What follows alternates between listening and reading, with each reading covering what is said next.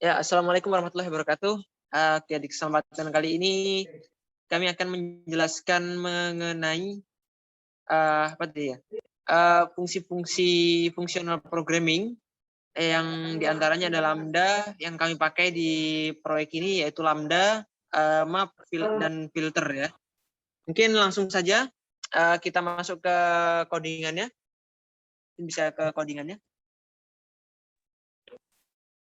Sebelumnya baca soal dulu ya.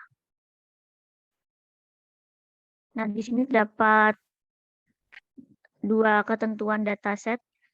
Karena kelas B, karena kita kelompok 10, jadi 10 plus 1, 11, kemudian di modul 3 itu nanti 2 tambah 1, 1 berarti mengambil dataset ketiga, yaitu dataset performa siswa 8 kolom.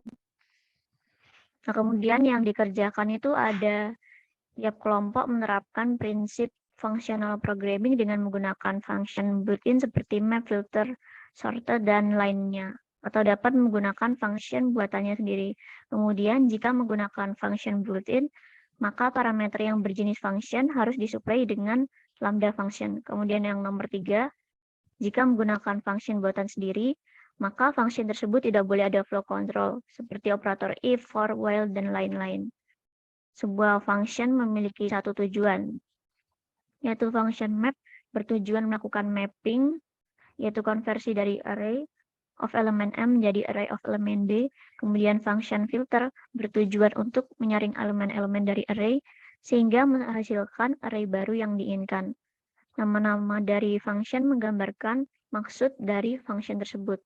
Kemudian yang keempat, operasi yang dilakukan terhadap database bersifat bebas, namun memiliki makna. Misalkan terdapat kolom age bertipe integer, diterapkan operasi mapping menjadi string. Kemudian misalkan terdapat kolom age bertipe integer, diterapkan operasi mapping dengan string, contohnya seperti ini. Maka ini yang belum bermakna. Kemudian yang ketiga, operasi-operasi yang dilakukan dengan function built-in dan atau function buatan sendiri merupakan satu kesatuan. Maksudnya dilakukan berbagai macam kombinasi function atau output dari function X menjadi input untuk function Y, dan lain sebagainya, untuk menghasilkan suatu data yang baru dan memiliki makna yang lebih dibandingkan kondisi dataset awal. Kemudian lanjut ke source code-nya, akan dijelaskan oleh teman sekelompok saya. Baik, terima kasih atas kesempatannya. Ini adalah source code-nya. Yang pertama itu yang pertama adalah import CSV untuk mengimport file-nya. Lalu line kedua itu untuk membuka filenya itu kita tuliskan with open 6 CSV. Lalu kita jadikan file di line 3, lalu di line 4 kita untuk membaca dari filenya itu. Lalu lanjut di line 6 itu untuk kita menentukan nilai rata-ratanya itu 80. Lalu untuk line 8 kita sudah mulai untuk merata-ratakan nilai, yaitu kita menggunakan main sama dengan sum list map lambda 1 parse dan perlu parse.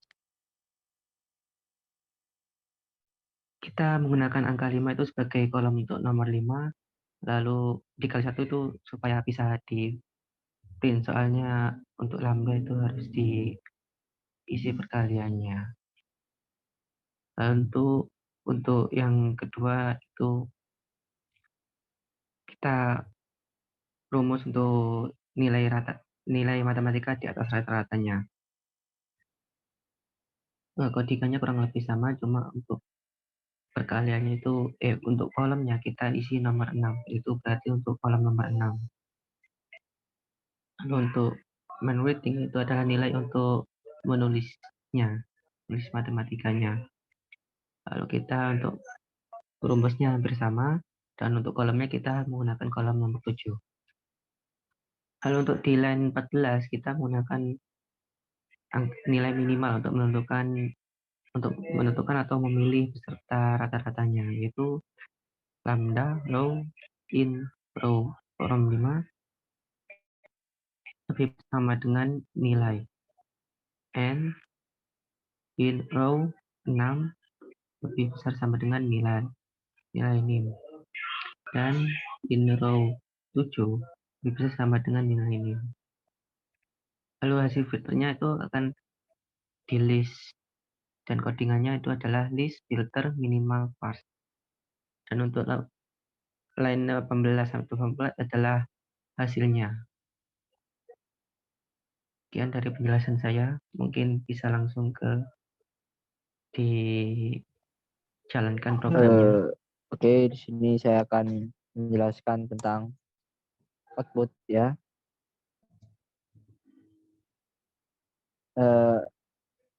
Yang pertama ini adalah rata-rata nilai penulis.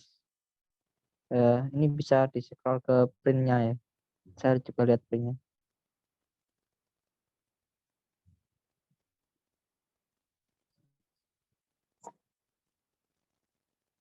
Di sini nilai rata-rata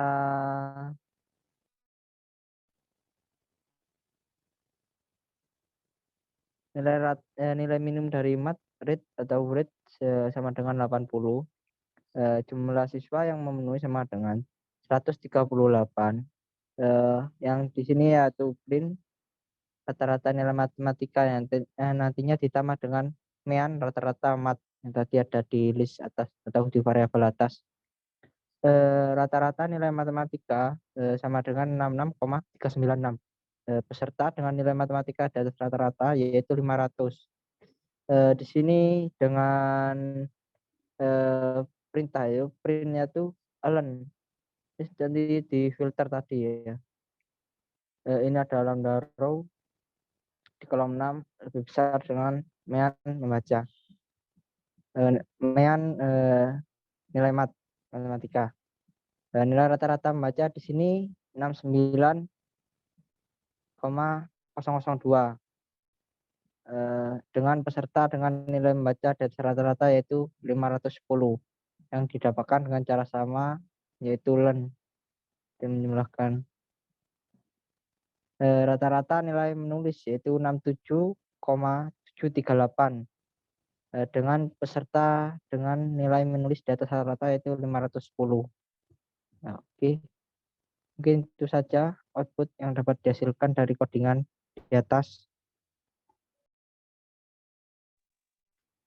Oke, baik. Terima kasih teman-teman. Selanjutnya, apakah ada lagi yang akan dijelaskan? Sudah? Ada tambahan lampiran Sudah. buat datanya.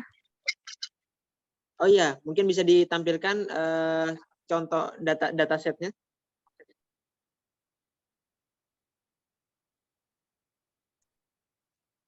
Udah.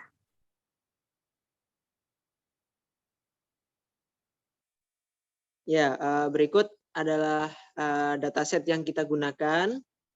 Ya, di situ ada gender, ada apa itu ya?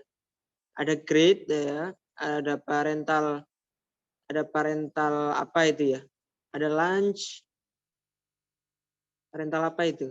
Nah, ada tes preparation, ada math score, ada reading score dan writing score. Nah, jadi yang kita proses di sini ada di kolom FGH, yaitu math score, reading score, dan writing score. Itu yang kita proses.